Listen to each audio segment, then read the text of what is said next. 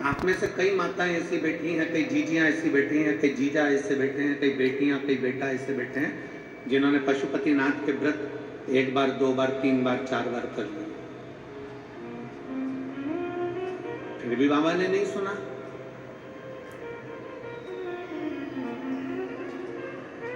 LED चालू कर दो।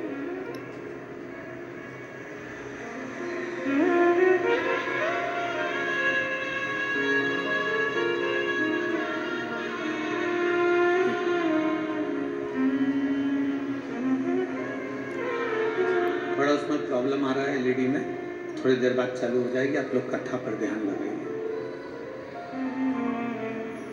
वो जीजी ने कहा कि गुरुजी शंकर भगवान के मंदिर जाते हैं, एक लोटा जल चढ़ाते हैं, प्रार्थना करते हैं, भगवान शिव की स्तुति करते हैं, पर शिव हमें फल तुरंत क्यों नहीं देते?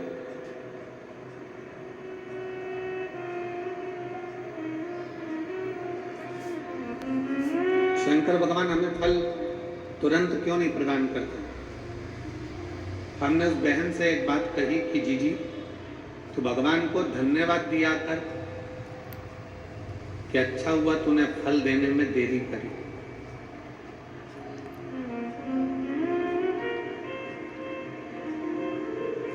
भगवान को धन्यवाद देना और कहना कि परमात्मा तूने अच्छा हुआ फल देने में देरी करी।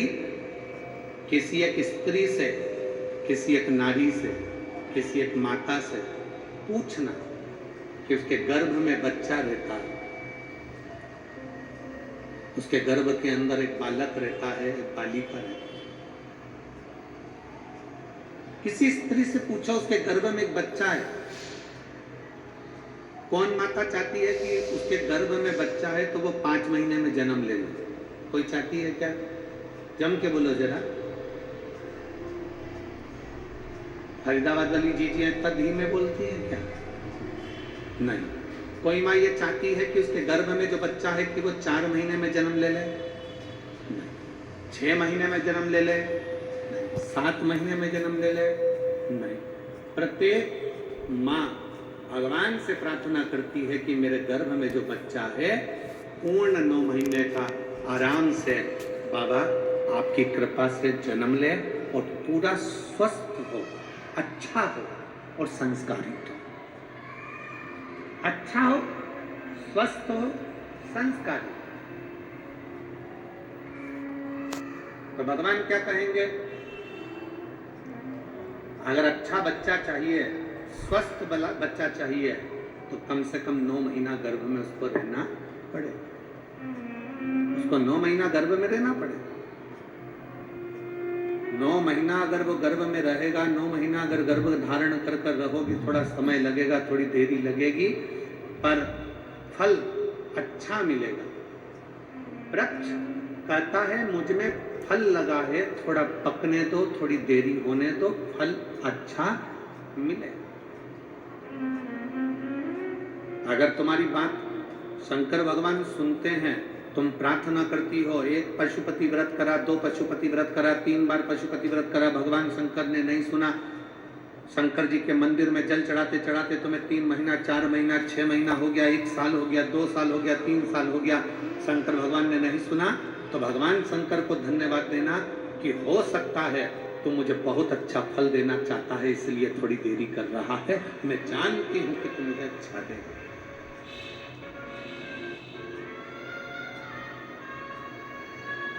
मैं ये जानती हूं तू मुझे अच्छा फल देगा, थोड़ा समय लगेगा, लगने।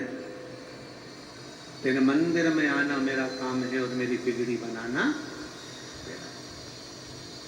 तेरी चौखट पर मैं आ ही गया, मुझे दर्श दिखाना तेरा। थोड़ा समय लग सकता, लगे। आप भजन में अपना मन लगाइए, आप शंकर के मंदिर में 1 लोटा जल चढ़ाइए, थोड़ा समय लग जाए। लोटा भर के जल चढ़ाने में थोड़ा समय लग सकता है, पशुपति व्रत करने में थोड़ा समय लग सकता है, थोड़ा समय तुम्हारा जा सकता है, पर भगवान के शंकर के ऊपर, भगवान की शिव महापुराण के ऊपर एक विश्वास को पक्का रखना, तो ये निश्चित है थोड़ा समय जरूर लगेगा, पर फल इतना अच्छा मिलेगा कि वो फल की गणना कोई नहीं कर सकेगा। इतना अच्छा, इतना अच्छा।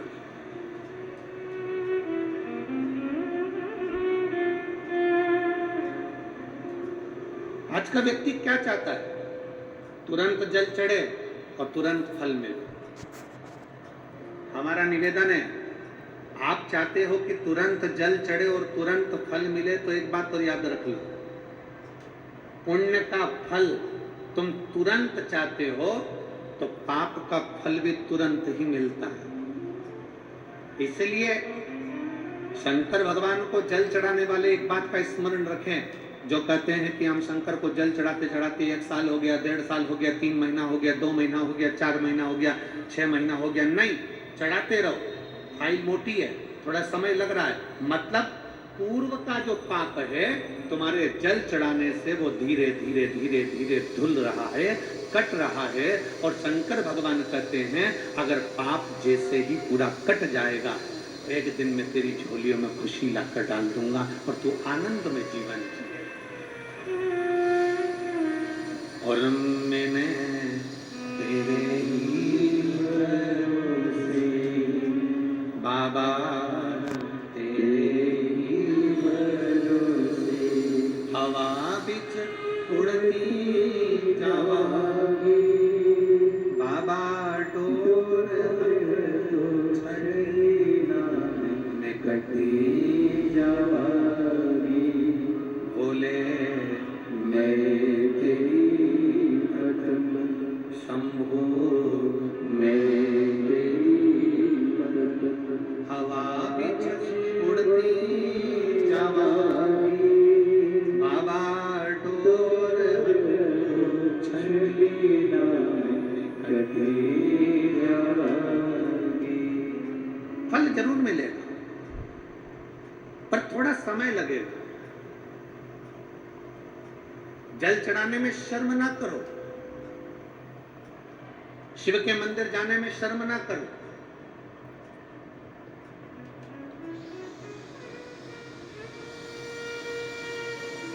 कितना भी पैसे वाले हो, कितने भी करोड़पति हो, कितने भी धनपति हो, तुम्हारे घर में 25 नौकर लगे हो, तुम्हारे घर में 50 नौकर लगे हो, पर तुम्हारे नजदीक में अगर कहीं शिव महापुराण की कथा कुबेरेश्वर बाबा की कृपा से हो रही हो और कुबेर भंडारी अगर कथा कर रहा हो, तो ये विचार कर कर जाना कि मेरे धन दौलत तो एक तरफ, एक बार मुझे पंडाल में बैठकर बाबा की कथा कर तत्व ग्रहण करना है, वो अपनी तरफ।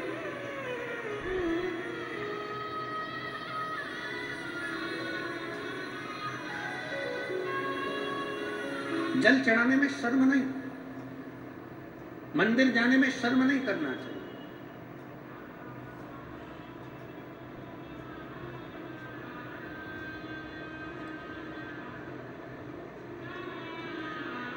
बड़ा मन दुखता है कभी कभी देखकर,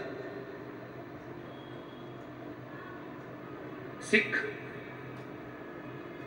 पगड़ी बांधता है तो अपने आप को गर्व महसूस करता है,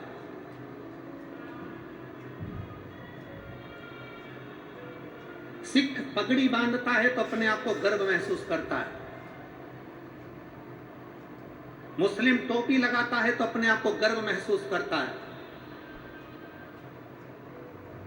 और हिंदू मस्तक पर तिलक लगाता है तो शर्म महसूस करता है। उसको शर्म नहीं आना चाहिए, गर्व महसूस होना चाहिए। स्कूल जाऊंगा तिलक लगा के तो लोग कहेंगे मंदिर से आ रहा है, बाबा जी बन गया, साधु बन गया, सन्यासी बन गया। ऑफिस में जा रहा है तिलक लगा कर तो लोग कहेंगे, नौकर कहेंगे, नीचे के ऑफिसर कहेंगे, सेठ जी आज तो सर आज तो तिलक लगा कर आए, मंदिर जाकर आए। अरे तुम्हें गर्व होना चाहिए कि हम सनातनियों के मस्तक पर तिलक है।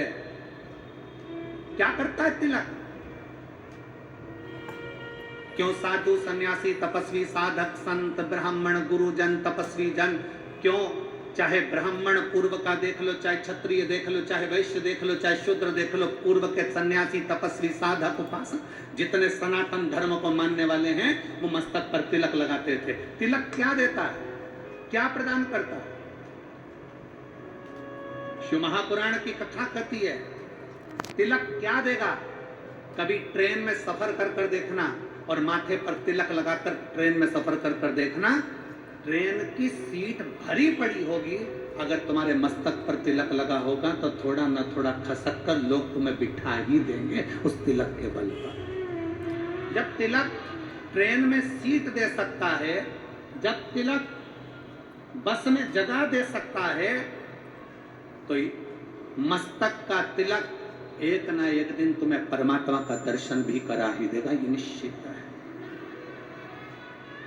तिलक लगाने में गर्व महसूस करिए, त्रिपुंड लगाने में गर्व महसूस करिए, मस्तक पर तिलक लगाने में एक गर्व की अनुभूति होना चाहिए। तुम डॉक्टर बन जाओ, कलेक्टर बन जाओ, एसपी बन जाओ, एसएसपी बन जाओ, कमिश्नर बन जाओ, तुम्हारी मर्जी पड़े जिस पद पर बैठ जाओ, जिस पद पर बैठे उस मूल पद पर, बड़े से बड़े औहदे पर बैठकर भी अगर आप मस्तक पर तिलक लगा रहे हो तो आप हजारों को प्रेरणा दे रहे हो कि इतना बड़ा कलेक्टर होकर, इतना बड़ा एसएसपी होकर, इतने बड़े कमिश्नर होकर तिलक लगाते हैं तो छोटों को प्रेरणा मिलती है कि हम भी लगाएं। एक गर्व उत्पन्न होता है, एक गर्व महसूस होता है। और कितना गर्व होता होगा, भारत के प्रधानमंत्री जब केदारनाथ जी में जाकर त्रिपुंड लगाते होंगे, भारत के प्रधानमंत्री जब काशी में जाकर त्रिपुंड लगाते होंगे, भारत के प्रधानमंत्री भी जब गले में रुद्राक्ष की माला पहनते होंगे, तो कितने सनातनियों को जागृत करते होंगे कि कोई सनातनी है जो तुम्हें जगा रहा है।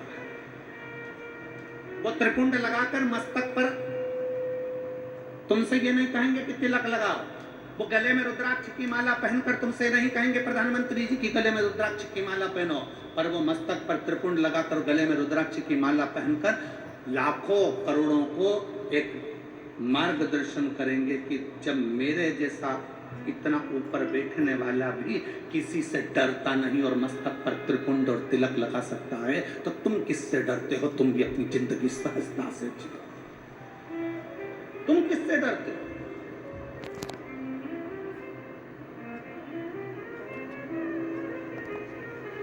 फरीदाबाद में बहुत सारी कंपनियां चलती हैं।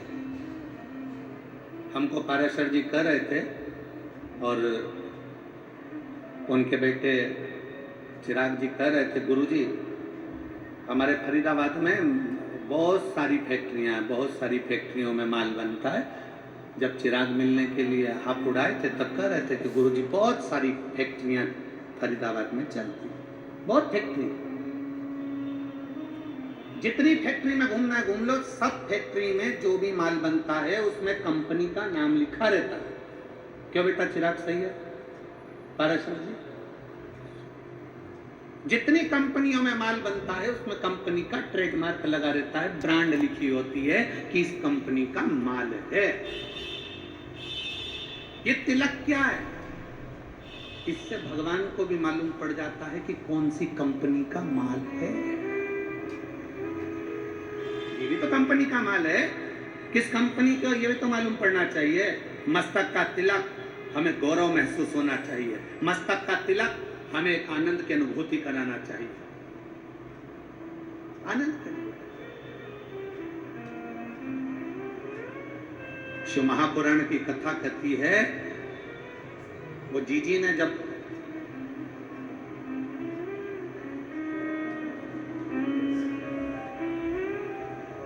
दीपावली के एक दिन पहले, छोटी दिवाली के दिन उन्होंने कहा कि गुरुजी भगवान देने में बहुत देरी कर देता है। हम कहते भगवान को धन्यवाद दो कि देने में देरी कर रहा है, जल्दी देगा तो जल्दी ले लेगा, थोड़ा देने में देरी कर। एक पत्र